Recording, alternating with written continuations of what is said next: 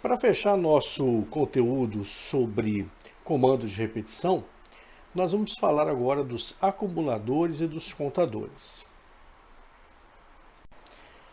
Pode parecer estranho, mas nós podemos considerar que todo contador é um acumulador, mas nem todo acumulador é um contador.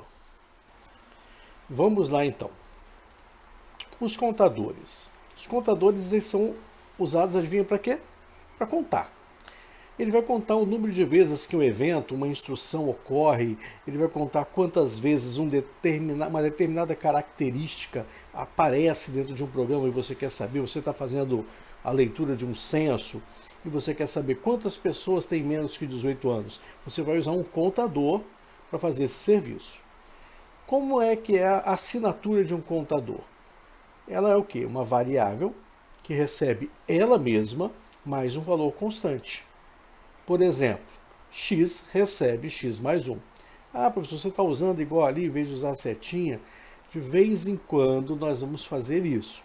Vamos usar o símbolo da programação no lugar do símbolo do algoritmo para nós irmos acostumando. Porque um igual, na programação, ele é atribuição em algumas linguagens, como por exemplo Python. Então veja, o contador é essa variável qualquer que recebe ela mesma mais um valor constante. Ele sempre vai estar ali, mais um, mais um, mais um, mais um. Ele está contando, então, na verdade, algum evento. Normalmente, o valor da constante vai ser 1. Mas ele pode aparecer na forma de 2, de 3, desde que não altere essa constante. A constante vai do começo ao fim, incrementando o valor da variável. Bom, o que nós podemos falar dos contadores? Os contadores devem possuir um valor inicial, ou seja, o contador precisa ser inicializado. Normalmente, nós inicializamos os valores dessas variáveis com 0. Então, temos ali um exemplo, x recebe 0. A constante é geralmente o valor 1 e determina o valor do incremento do contador. Vamos ver isso no exemplo. Escreva um algoritmo para ler a nota de 10 alunos e contar quantos foram aprovados, sendo que, para ser aprovado, a nota deve ser maior ou igual a 60. Escrever o número de aprovados ao final dessa conferência. Esse algoritmo ficaria assim, ó. Algoritmo aprovados, declaração de variáveis, contador e aprovados, aprove, que é onde eu vou contar os aprovados, do tipo inteiro. A nota, que é do tipo real, porque ela pode ser fracionária. Inicio o meu processamento. Olha só, eu inicializando o meu contador com 0. Eu também preciso inicializar o meu contador de aprovados com 0. Olha, eu tenho 2 contadores. Um contador, que vai fazer a minha repetição funcionar, e o aprovados, para eu saber quantas pessoas foram aprovadas. E aí, ó, o meu conte, enquanto ele for menor que 10, faça. Este contador, ele está contando a repetição. Este contador, ele vai trazer a informação que eu procuro, que é quantos alunos foram aprovados. Eu leio a nota e testo se essa nota é maior ou igual a 60. E aí eu digo, ó, se for, né, aprovado, recebe aprovado mais 1. Se não for, ele passa direto, não tem uma condição se não para isso. E aí, o meu contador precisa ser incrementado, e eu volto aqui para cima e vou repetindo até que esse contador iguale 10. 10 não é menor que 10, ele sai, termina meu enquanto, e aí eu dou a informação que eu estava buscando. É quantos alunos foram aprovados? Eu escrevo, então, o número de aprovados e finalizo o algoritmo. Agora vamos dar uma olhada como ficaria o fluxograma desse algoritmo. Eu tenho lá o meu início, vou vir com a inicialização das variáveis conte e aprovado, vou inicializar ambas com 0. A minha repetição vai testar, enquanto o contador for menor que 10, eu vou ter ali, ó, verdadeiro. Leio a nota. Se a nota for maior ou igual a 60, a minha condicional, ela vai fazer o quê? Incrementar a variável aprove. Se não, ela passa direto aqui. Meu contador é incrementado e eu volto para o laço. Quando o meu laço retornar falso, eu saio, exibo o número de aprovados e finalizo o nosso algoritmo. Está aí nosso fluxograma bem desenhadinho. Agora vamos falar dos acumuladores, também conhecido como somadores.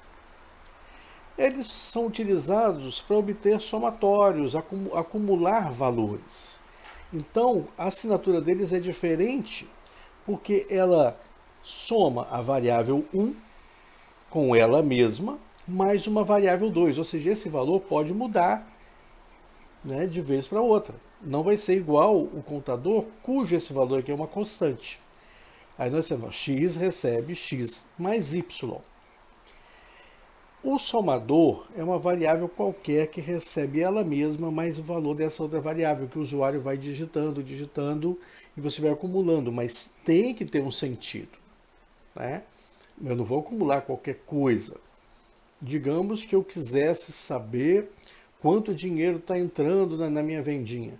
Então, eu pego o meu saldo e somo com a entrada. Essa entrada vai ser variável. Eu tinha 0, recebi 100. Agora eu tenho 100.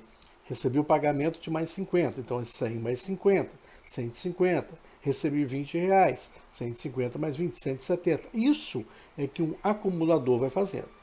Vamos ver um pouquinho mais, então, sobre os acumuladores. A variável 1 do acumulador deve também possuir um valor inicial conhecido. Normalmente, ela vai ser zerada. Ela pode ser um valor que inicializa com 0, porque aí você parte de uma posição. Mas pode existir casos em que ela pode partir de um valor já conhecido diferente de 0. Seja como for, a variável precisa ser inicializada. X recebe 0 é um exemplo de inicialização de variável. Já a variável 2, ele indica o valor que vai ser acumulado na variável 1. X recebe x mais y. Esse y o usuário vai estar dizendo qual é o valor e nós vamos estar acumulando em x. Um exemplo, escreva um algoritmo para ler a idade de 10 pessoas e apresentar a soma dessas idades. O usuário ele vai informar a idade para a gente enquanto ele quiser.